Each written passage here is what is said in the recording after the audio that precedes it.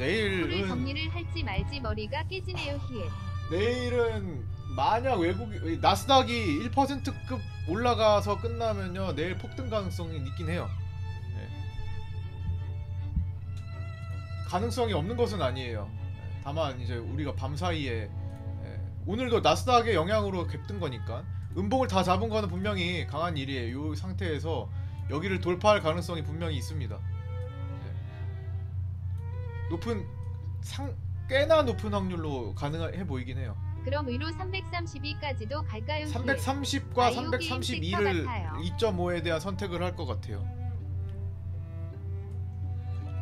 이렇게까지 만들려면 지금 불소님 말씀하신 거 바이오 섹터 당연히 필요합니다. 코스닥은. 근데 코스피는 반도체가 꼭 필요해요. 근데 두 가지 섹터 지수가 너무 지금 이쁘잖아요. 지금 반도체 지수 보면 KLX 반도체 지수 보면 낙폭이 이렇게 심했는데 지금 오늘 고개를 바짝 들고 있죠. 이제 나는 갈 거예요 하고 이제 나는 갈 겁니다 하고 고개 들었어요. 그동안 떨어진 거 이제 나는 갈래요. 반도체. 코스닥에서 제일 중요한 것은 코스닥 제약주 보시면 어떻게 됐어요? 1년 넘게 하락한 상태에서 자 이제 나도 출발 준비합니다. 장기 중장기 하락 추세를 돌파하고 단기 저항 라인을 머리를 슬쩍 고개를 들까 말까 들까 말까 하는 상태. 그쵸? 바이오가 아직 신호탄이 안 나왔다라는 거예요. 저는 이걸 기다린다고 말씀드렸죠. 신호탄이 필요합니다.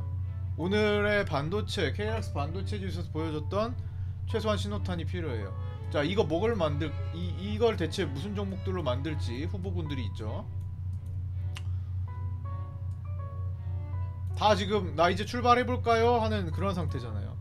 자 코스닥 제야 말고 KLX 바이오로 보면 아직은 바이오가 가려면 셀트리온 쪽이 먼저 크게 움직여야 하나요? 조금 KLX 바이오가 조금 더 미흡해요. 미진한 면이 있어요. 보시면 중장기 하락 추세를 아직 돌파 못했습니다. 하지만 코스닥 반도체, 코스닥 바이오는 넘어갔죠. 중장기 추세는 넘어갔습니다.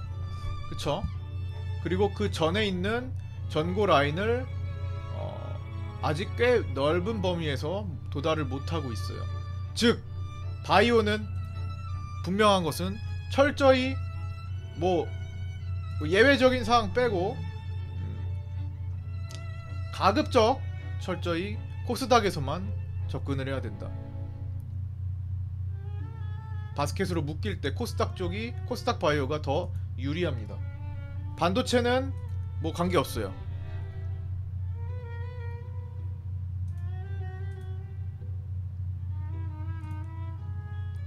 준비가 더 진행이 많이 된 곳은 코스닥 제약바이오 섹터예요. 우리는 이미 포트에 가지고 있고 오늘도 올라갔고 그 다음에 메인 종목을 모아가려고 하고 있죠. 모아가고 있죠. 시총을 늘리려면 어쩔 수 없어요. 가장 비중이 높은 섹터가 움직이는 게 진짜 맥입니다. 지금까지는요 그냥 테마성 움직임들만 시장이 확실하지 않으니까 대체 이게 상승이 맞는 건지 하락 중에 잠깐 머리 고개 드는 건지 다시 하락으로 진행될 건지 모르기 때문에 테마 하나에 종목만 계속 늘어나면서 들어왔다 나갔다 들어왔다 나갔다 작은 돈으로 계속 끌고 올라간 것 뿐입니다. 메인 흐름이 아니라는 거예요. 진짜 강한 시장에서는 그게 아니라 제약바이오 반도체와 함께 트로이카주가 움직여야 된다고 말씀드렸죠. 숨어있는 유동성들이 시장에 개인들과 반대로 왕창 공급되면서 지금은 외국인들이 판을 까는 준비기간, 매집기간이기 때문에 그런 섹터들이 아직 안 올라오고 있어요. 왜? 외국인들이 안 올리고 있습니다. 개인들이 그냥 파는 거 밑에서 받아주고만 있는 거예요. 계속 모으고 있어요. 물론 개인들이 적극적으로 팔려면 조금 올려줘야 되기 때문에 그 중에 올라오는 종목들이 생기는 겁니다. 계속 순환하면서 뭐 카카오나 네이버나 LG전자나 삼성전자나 SK하이닉스나 삼성전기나 뭐 이런 것들 있죠. 개인들의 물량을 뺏어오려면 당근을 조금 줘야 된다. 그래서 조금 올려주고 내려주고 올려주고 내려주고를 반복합니다. 그리고 가능한 한 외국인들도 최대한 싸게 매집을 하려고 하기 때문에 앞으로 주도 섹터가 될 쪽은, 메인 섹터가 될 쪽은 아직 올라오지 않은 바닥권이 너무 많아요. 그게 이제 본격적으로 올라가기 시작하면 또다시 개인들은 위에서 추격 매수하고 단타 매수하고 막 그렇게 하겠죠. 지금은 관심 없어요. 지금은 관심 없는 것들. 그 분야를 지금 여러 개를 상정해 놓고 체크를 하면서 2,800억 매수. 매입을 해 들어가고 있는 겁니다. 다른 때는 이런 걸 못 하잖아요. 시장이 많이 올라가서 예를 들어 3,000포인트다 하면 그런 걸 잘 못 해요. 이미 다 외국인들은 매집 끝내서 다 끌어올려 놨기 때문에 그때 되면 다시 테마성 움직임들이 계속 순환을 합니다. 지금보다 한 가지 섹터에서 움직이는 게 아니라 여러 가지 테마 섹터가 계속 순환하는 더 매매하기 편한 시장이 도래하는 거예요. 4,700억 매수. 지금은 아직은 개인들의 불안감이 표출된 시장이기 때문에 한 가지 섹터에만 계속 꼬드기고 있고 계속 집중되고 있는 겁니다. 돈이 내려오기 시작하면은 전혀 다른 시장이 펼쳐집니다. 곧버스 사면서 내려가라. 네, 곧버스에 지금 개인들이 2월까지 합치면은 한 1조 원 이상은 살 것 같죠? 분봉 터진다. 개인들이 한 1조 원 정도는 한 올해 들어서 그 정도는 곧버스에 몰릴 것 같죠? 네, 그리고 3월물 하락 배팅 크고 현물 오늘도 외국인들과 반대로 개인들은 한 5천억 정도 던지고 있고 오늘 올라가는 거에 대해서 1월 17,000억. 아주 좋은 현상들입니다. 삼성전자의 프로그램 매수 잘 들어오고 외국계 대차 잔고 지속적으로 급격히 줄어드는 추세에서 이어지고 있고 급격히 줄어든 다음에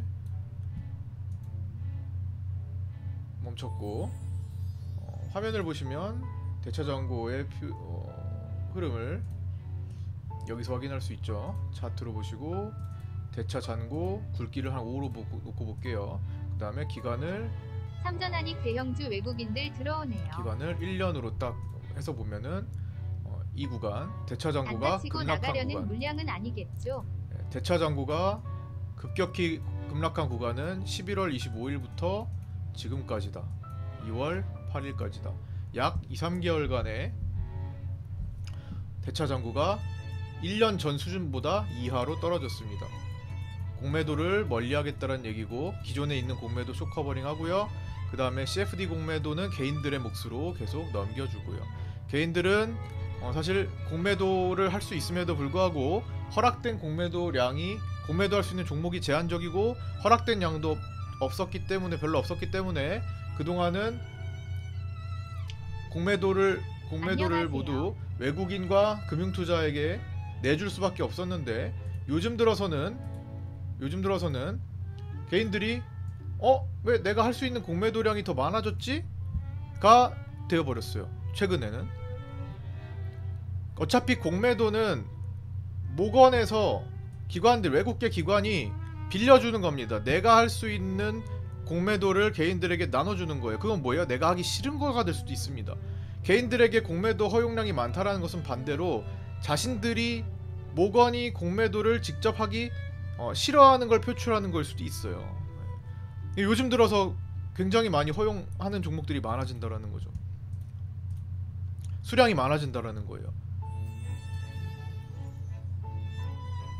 요즘 들어서 고형 같은 거만 봐도 옛날에는 뭐 한 10만 주도 허락되지 않았는데 10만 주도 허락되지 않았는데 지금은 뭐 한 40만 주 가까이 지금 허락되고 있습니다. 개인들에게 공매도 할 수 있는 물량이 점점 그런 종목들이 많아지고 있어요. 허가된 수량이 늘어납니다. 그 개인들이 그걸 다 공매도로 받아가고 있어요. 개인들이 CFD 계좌에서 공매도를 하면 그것은 개인이 매도한 거로 잡히지 않고 외국인들이 매도한 것으로 잡힙니다. 그래서 수급적 확인이 어려워요. 이게 과연 개인들이 공매도한 건지 외국인들이 매도한 건지 알 수가 없게 외국인으로 잡힙니다. 개인이 했음에도 불구하고. 전문 투자자의 영역이기 때문이기도 한데 어쨌든 이게 빌려주는 개념이어서 그래요.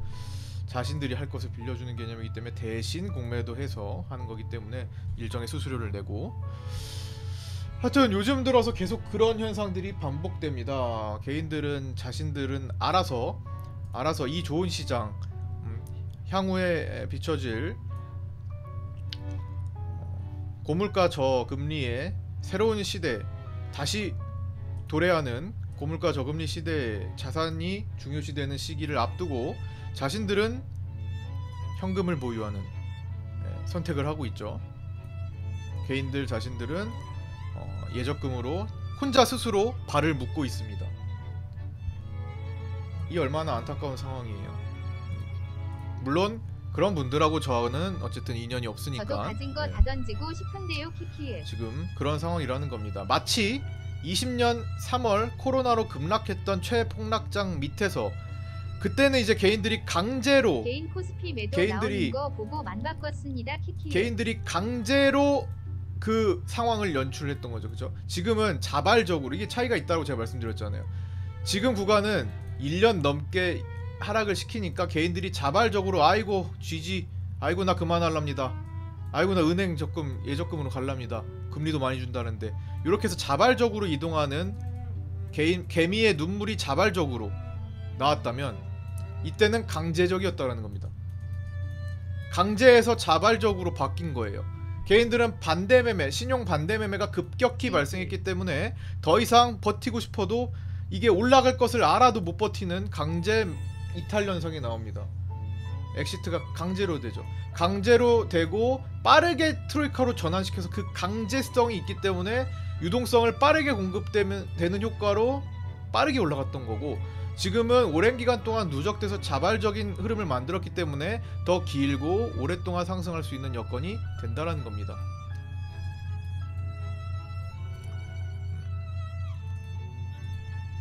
여기에 이제 보충해서 뭐 금리와 물가와의 관계를 뭐 부연 설명할 것은 다시 제가 정리해서 녹화를 해드릴 거고요. 그거는 뭐 급하진 않기 때문에 이런 시기들이 다 비슷해서 연장선상에 있는 거니까 더 그런 것들 체크를 해주신다면은 저 같으면은 소파 밑에 장롱 밑에 있는 동전 계좌에 넣을 것 같아요.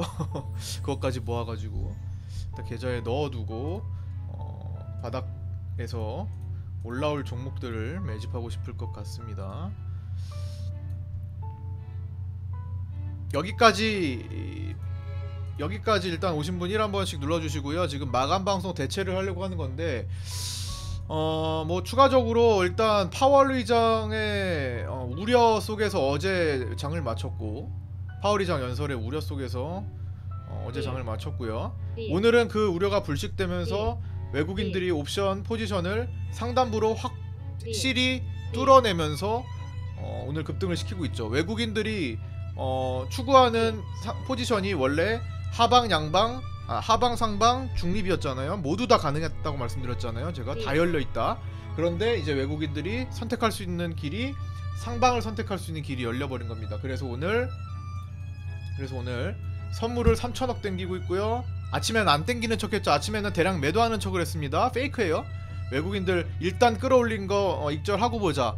야, 페이크를 그렇게 치는 건가? 오늘 외국인들이 선물에서 얼마나 익절을 했을까요? 그러면 아침에 2,500억 정도 팔고 지금 3,000억으로 다시 매수로 순수로 돌렸으니까 5,500억을 그때부터 땡긴 건데, 이런 과정에서 외국인들은 과연 오늘 선물을 수익을 봤을까요? 안 봤을까요? 선물에 대해서 실현 수익이 있을까요? 없을까요? 까봤더니 외국인들의 오늘 당일에 선물 실현 수익은 없었습니다. 오히려 약손실이네요. 10억 넘게 약손실입니다. 그렇다는 것은 선물 매도가 단기 차익이 아니라는 거네요. 또 어제 사서 뭐 최근에 사서 올라서 판 게 아니라는 겁니다. 오히려 단가가 비슷하거나 좀 더 높은 가격에 있던 선물을 팔아서 수량 조절하고 다시 그 자리에서 매입을 하고 있네요. 평단가가 뭐 비슷해지겠죠. 결국에 현재 기준으로 그런 방식을 취합니다. 만약에 오늘 또 외국인들이 아침에 2,500을 팔아서 차익을 남겼다면 싸게 산 거를 또 익절하는구나 라고 생각해 볼 수 있을 거예요. 제가 지난번에도 요거 말씀드리지 않았나요? 싸게 산 거를 외국인들이 선물을 파는 게 아니라 그렇게 되면은 당일 차익 수익으로 남겨지겠죠. 제가 파악하기로는 수익이 아니에요. 그때도 수익이 아니었습니다. 그렇기 때문에 단기 차익이 아니라 단가 관리, 수량 관리다. 그렇기 때문에 내려가는 흐름이 아니라 더 올라갈 수 있는 환경이 된다라고 제가 지난번에 말씀드렸죠. 차트로만 분석을 하면 하락이 보일 텐데 수급과 파생 수급과 이런 현황들을 봤을 때 종합적으로 그들이 자금을 가진 주체들이 무슨 매매를 하는지 보면 길이 다르게 보인다라는 겁니다. 맞나요? 자, 그러니까 오늘도 외국인들은 아침에 판 것은 단순히 오늘 급등했기 때문에 그래 한번 올랐으니까 일단은 내가 단가 높은 걸 한번 좀 처리를 해두고 그러고 보니까 파월 의장 연설 끝났고 다음주 CPI 그것도 잘 지나갈 것 같은데 하면서 다시 높은 가격에 사들이는데 이게 사실상 높은 가격이 아니라는 거죠. 그 다음에 그러면서 동시에 원래 외국인들이 양방을 다 만들어 있는데 오늘 콜옵션 49억을 매수하고 풋옵션을 매도하면서 점점 포지션을 높여가고 있습니다. 외국인들이 장악하고 있는 330포인트대 위 라인을 도전하고 있는 겁니다. 지금은 코스피 200이 325.75 정도 됩니다. 어제 대비 5포인트가 더 올라간 거예요. 자, 그럼 330포인트만 봐도 오늘 올라간 것보다 덜 올라갑니다. 그렇죠? 오늘 올라간 것만큼 올라가면 가능하다라는 거죠. 그러니까 결국에는 이게 막 터무니없는 가격이 아니라는 거예요. 돌파가 나와요, 코스피가. 자, 과연 내일 돌파를 만들 수 있을지 가장 중요한 체크 포인트가 될 것 같아요. 어느 날에? 옵션 만기일에.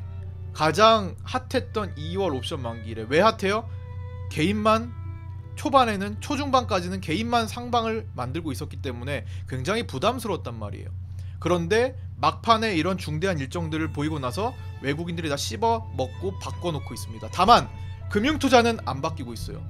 1월 들어서 금융투자가 지속적으로 옵션에서 실패할 확률이 높아지고 있는데 작년에 비해서 그 전에 비해서 기관 금융투자들은 다른 쪽으로 수익을 보려고 해지를 많이 해놓은 것 같아요. 옵션 포기하는 것 같습니다. 이미 벌어지고 있어요. 이미 실현, 보유 모두 손실입니다. 현재 기준으로 금융투자가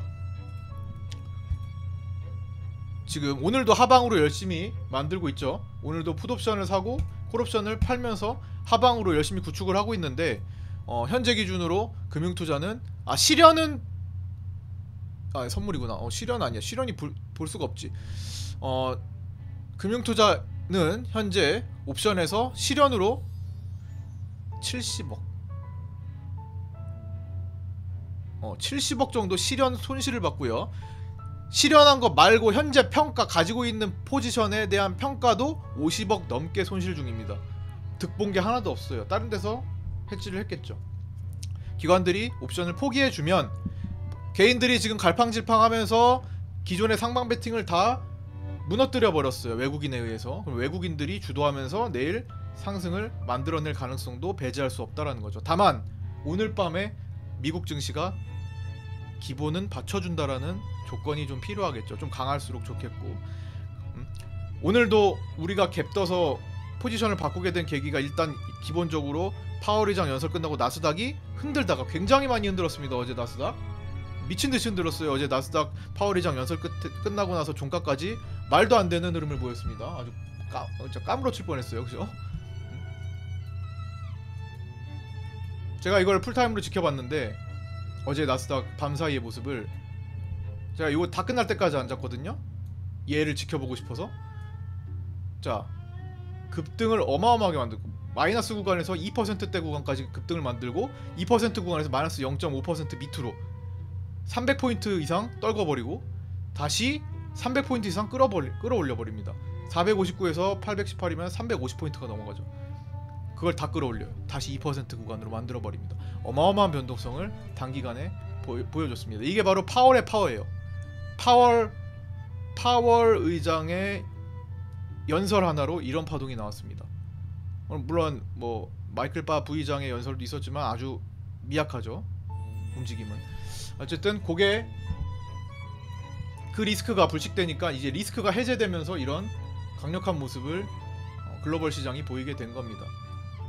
그러면 뭐 올라가면 내려가지 않겠어? 라고 생각할 수도 있는데 뭐 어느 정도 조정이 나올 수 있겠죠. 나스닥이 못 따라와주고 야간 선물이 약하면 그럴 수는 있겠지만 뭐 기존에 생각하던 방식에 올라가면 급락이고 이런 것들을 좀 탈피해서 주식에 좀 접근을 새롭게 더 나아갈 수 있는, 뭐 기존에 제가 계속 그렇게 진행될 거라고 말씀드려서 미리 매집은 다 해놨지만 앞으로도 더욱더 자신감을 가질 필요가 있을 거라고 본다라는 겁니다.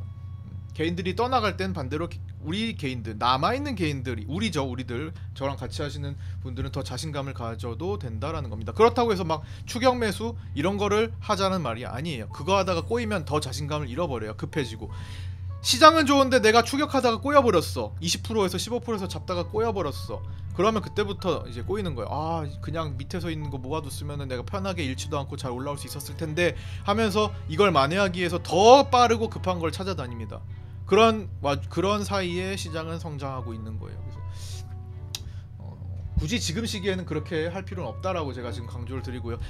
앞으로 시장이 많이 올라가면 자연스럽게 그런 매매들을 조금씩 가미하게 될 겁니다. 어차피 테마가 더 빠르게 순환을 할 테니까요. 지금처럼 지엽적인 한 가지 두 가지 테마에다가 종목을 괜히 그냥 내용 붙여가지고 막 도는 게 아니라 그건 불안정한 시장에서 그러는 거고, 시장이 안정화된 게 확정적으로 모두가 인정이 되면은 진짜 메인 섹터인 바이오, 반도체, 트로이카 쪽으로 외국인들이 힘을 쓰면서 올라가는, 그리고 테마의 순환매가 일어나는 그런 장세가 오게 된다라는 겁니다.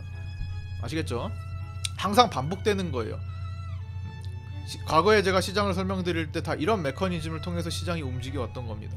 어차피 현물은 장기적 우상향을 만드는 조건 하에서 그 급등락 구간에서 행동하는 외국인들의 전략들, 외국인들은 늘 개인들을 따돌리고 싸게 사들여서 비싸게 개인들한테 넘기고 싶어 한다라는 것은 불변의 법칙입니다. 단 한 번도 우리가 죽을 때까지 바뀌지 않을 거예요. 그러니까 외국인들을 등져서는 안 된다라는 거예요. 외국인들의 매매를 철저히 분석해서 그들의 의도를 파악해서 올라타기만 하면 됩니다. 똑같이. 자, 됐죠? 오늘 마감 방송 대체로 요걸로 하도록 하겠습니다. 오늘은 2시 20분 지나고 있습니다. 네, 정혜원방에 계신 분들은 종목을 제가 그렇게 세팅을 해드리고 조금 제가 빠진 섹터들이 있는 것 같아서 그거를 지금 어떻게 처리를 할까 고민 중이에요. 일단은 종목이 매도 엑시트가 좀 되면 빠진 섹터 한 두어 개 정도를 편입을 시킬 겁니다. 아직 급하지 않아서, 급하지 않기 때문에 뭐 서두를 거는 없는데 어쨌든 빠진 섹터가 있긴 해요. 그거를 조금 포함을 시켜서 갈 테니까 그렇게 알고 계시면 됩니다. 카톡방에 없으신 분들은 의욕적으로 신청해 주시는 게 지금 시기에서는 의욕적인 공부가 필요하죠. 그냥 될 대로 되라 시기면 굳이 주식을 지금 하실 필요는 없을 거라고 생각합니다. 그게 아니면 정혜원방에 오셔서 그런 생각 안 하셔도 되게 만들어 드리는 거니까. 자, 하여튼 여기까지 오늘 장마감 방송 대체 방송으로 2시 20분 때까지 말씀을 드렸습니다. 이제 또 차분히 시장을 좀 살펴보도록 하겠습니다.